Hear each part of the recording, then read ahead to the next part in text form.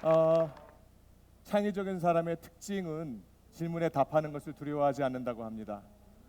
여러분의 창의성을 믿고 또 더 이상의 유체 이탈자를 방지하기 위해서 제가 질문을 무려 4개를 준비해 왔어요. 이 질문들은 서로 관련이 되어 있습니다. 또 여러분들께서 잘 답변을 해주셔야지 제 강의가 끊어지지 않고 이어질 수 있어요. 잘 도와주실 거죠? 부탁드리겠습니다. 첫 번째 질문을 위해서 제가 여러분에게 그림 하나를 소개시켜 드리겠습니다. 이 그림은 여러분들께서 한두 번은 보셨을 그림인데요. 조개 껍데기 위에서 아름다운 여인이 탄생하는 순간을 독창적인 시각으로 그린 그림이죠. 르네상스 시대의 화가 보티첼리가 그린 비너스의 탄생입니다. 전 세계 미술 교과서에서 가장 많이 실려 있는 그림이기도 하고 상품의 포장지나 광고에도 많이 등장하는 명작입니다. 그런데 이 그림이 우리에게 알려지기까지 무려 500년이라고 하는 세월이 흘렀다는 사실을 아시는 분은 거의 없을 거예요. 자칫 잘못했다가는 우리가 보지도 못하고 사라졌을지도 모르는 그림이 된 것이겠죠. 500년이라고 하는 거 제가 오늘 아침에 계산을 해봤는데요. 500년이라고 하면은 조선시대 중종 11년에 해당됩니다. 조선시대 중종 11년에 그려졌던 그림이 2016년 오늘 누군가에 의해서 발견됐다. 우리가 이렇게 생각할 수도 있을 것 같습니다. 그러면 왜 이렇게 500년이라는 세월이 흘렀을까요? 3가지 큰 이유가 있었습니다. 그 당시에 그림을 그리는 모든 사람들은 따라야 하는 화풍이 있었는데요. 그 화풍은 라파엘로라고 하는 사람이 그리는 고전적 사실주의라고 하는 그림의 양식입니다. 보티첼리는 이 그림의 양식을 의도적으로 무시했습니다. 그리고 두 번째, 그 당시에는 금기로 여겨지는 여성의 벗은 몸을 표현했죠. 새로운 도전입니다. 세 번째는 소재를 기독교, 예수나 마리아와 같은 소재로 따온 것이 아니라 그 당시 사람들로는 이교도라고 생각되어질 수 있는 그리스 로마 신화로부터 모티브를 따온 거죠. 그러니까 달라도 너무 달랐고 또 튀어도 너무 튄 겁니다. 그러니까 그림이 그려지는 순간부터 이 그림은 부정적인 평가를 받게 되고요. 또 소위 말하는 왕따를 당하게 된 거죠. 이러한 사실을 되게 치근하게 여긴 한 후견인에 의해서 그림이 헐값에 팔리기는 하지만 그마저도 이 그림이 방치된 상태로 쭉 500년이란 세월을 흘러가게 됩니다. 그러던 어느 날 영국의 문예 비평가인 러스킨의 눈에 이 그림이 운명적인 만남을 하게 되는 거죠. 러스킨이 이 그림을 발견하고 난 다음에 그 사람의 표현을 빌자면 호흡이 멈추는 것 같았다라고 하는 표현을 했어요. 그러니까 그동안의 무지, 예술적 안목의 부족을 탓하면서 러스킨이라고 하는 사람은 글을 쓰게 됩니다. 이 글을 읽게 난 다음에 많은 사람들이 장사진을 이루게 되고 지금 전 세계에서 가장 사랑받고 있는 그런 그림이 되는 거죠. 여러분께서 시간이 되시면 이탈리아의 피렌체를 방문해 보시면 이 그림을 쉽게 볼 수 있습니다. 우피치라는 박물관에 가면 되는데 절대 놓칠 수가 없어요. 한국 사람들이 모여서 웅성웅성하는 곳에 가면 이 그림이 있습니다. 네. 자, 여기서 제가 첫 번째 드리는 질문입니다. 첫 번째 드리는 질문. 자, 우리가 이 그림을 감상하게 된 것은 과연 누구 때문일까라고 하는 거죠. 이 그림을 그린 보티첼리 때문이다라고 생각하는 사람 손 한번 들어주세요. 네, 아니다. 나는 러스킨 때문이다. 자, 여러분 주위를 한번 둘러보세요. 러스킨이라고 하는 분이 압도적으로 많습니다.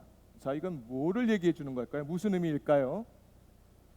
이 말은 창의적 작품은 그 작품을 그린 사람의 능력도 매우 중요하지만 열린 마음으로 그 가치를 평가하고 바라보는 안목도 매우 중요하다는 거예요.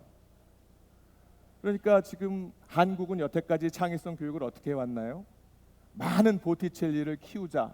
거기에 모든 관심과 노력이 기울어져 있었죠. 그러나 제가 주장하는 건 그거예요. 러스킨도 필요하다. 앞으로는 우리가 많은 러스킨을 키워야 되지 않겠는가라고 하는 것입니다. 두 번째는 전 세계에 있는 모든 나라들을 창의성 점수에 따라서 1등부터 꼴등까지 점수를 매기고 쭉 줄을 세운다고 한다면 한국은 과연 몇 등이나 할 건가라고 하는 그런 질문입니다. 한국은 몇 등이나 할 것 같은가요? 저는 평상시에 이 문제에 대해서 되게 궁금해 왔었는데 최근 들어서 외국의 어떤 학자들이 세계 창의성 지수라고 하는 걸 발표했습니다. 한국의 창의성 지수는 30이에요. 어떻게 생각한 것보다 높은가요?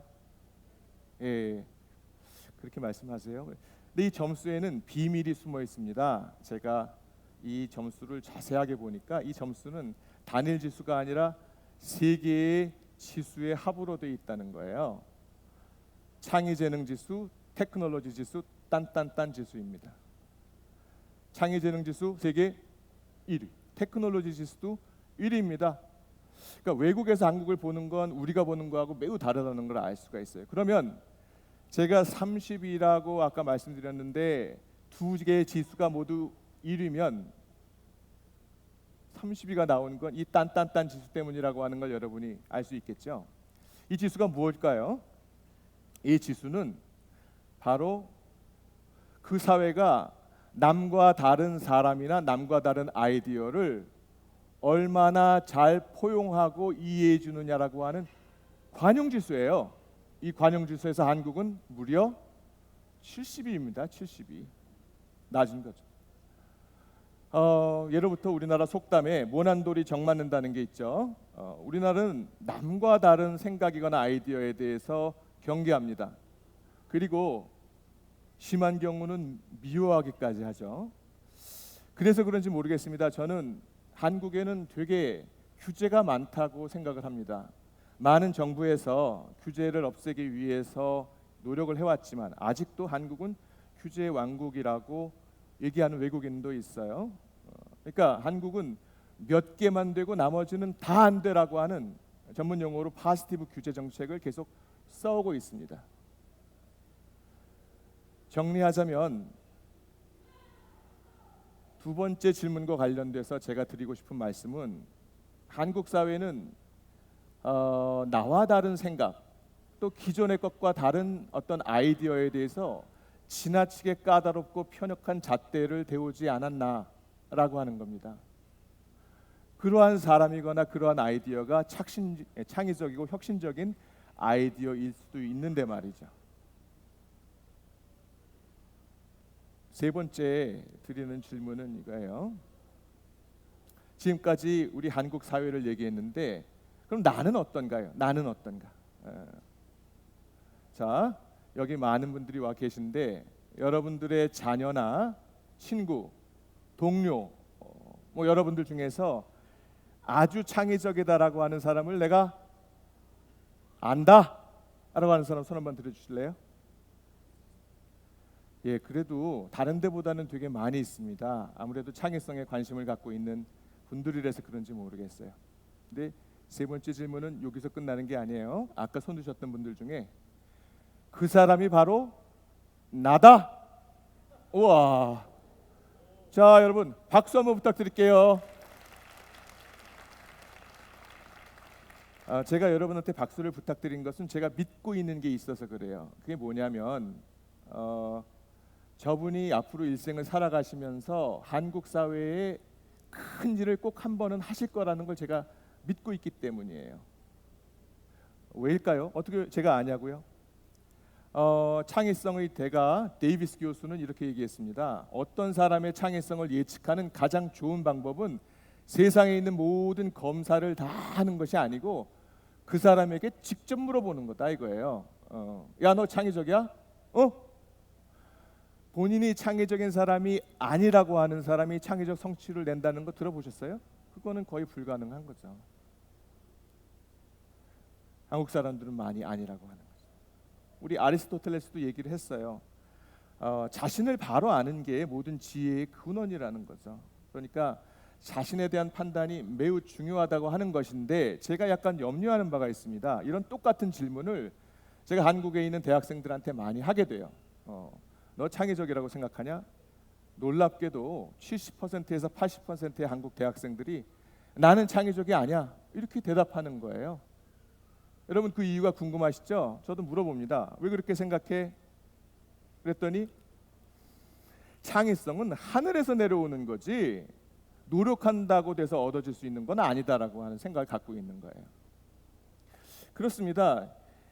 나의 창의성을 발목 잡고 있는 것은 그건 실제 나의 능력의 부족이 아니고 나의 창의성, 나는 창의적인 사람이 아닐 거야라고 하는 부정적인 평가 때문일 수도 있어요. 그래서 제가 네 번째 질문이자 마지막 질문을 드리면서 제 강의를 마무리하려고 합니다. 자, 그렇다면 어떻게 이렇게 부정적이고 까다롭고 엄격한 평가자로부터 열린 마음을 가지고 개방적인 평가자로 바뀌어질 수가 있는 거냐?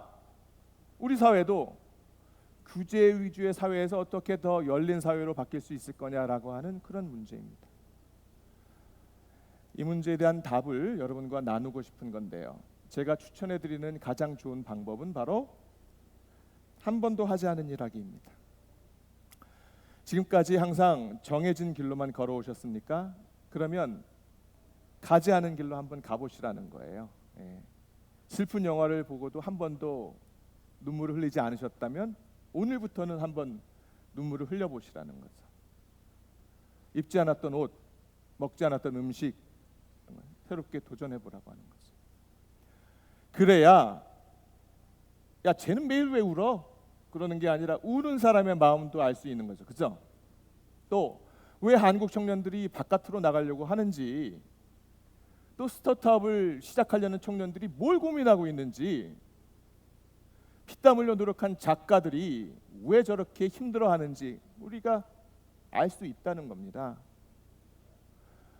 한 번도 하지 않은 일, 처음 하는 일을 시작해 봄으로써 내 마음 열리고 새로운 시각을 갖게 되고 내 안에 숨겨져 있었던 잠재성도 발견되는 거예요. 창의성 바이러스에 감염되는 겁니다. 제 수업을 들었던 여학생 하나가 있어요. 제가 이렇게 쳐다보면 눈도 잘 마주치지 못하는 학생이었어요. 근데 이 학생도 한 번도 하지 않은 일에 도전합니다. 모델학원에 다니고 오디션에 응모해서 오디션도 합격하고 저한테 기말 과제로 CD를 제출했어요. 그 CD에 있는 영상 중에 한 장면입니다. 실제로 여러분이 아마 보셨을 거예요. 모 기업의 공익 광고.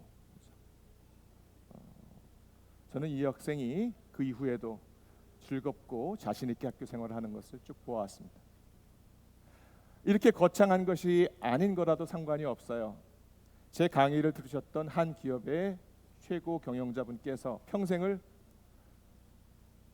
왼가르마를 하고 사신 분인데요. 제 강의를 들으시고 오른 가르마를 하고 나오셨어요. 왼쪽 가르마가 오른쪽 가르마라고 하는데 이분께서 세상이 달라 보인다고 저한테 말씀하셨어요. 저도 한 번도 하지 않았던 나비 넥타이를 오늘 처음 메고 나왔습니다. 좀 뭔가 어색해요. 어떻게 끼는지도 모르겠고. 네, 감사합니다.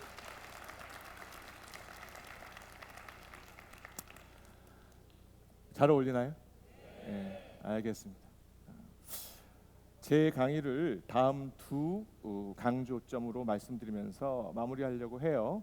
자, 여러분의 창의성을 위해서, 한국의 창조적 변화를 위해서 나는 열린 평가자가 될 것이다.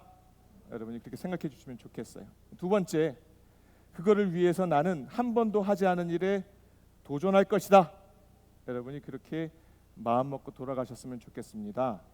여러분의 가슴 속에 착하고 건강한 창의성이 가득 차시기를 바라겠습니다. 감사합니다.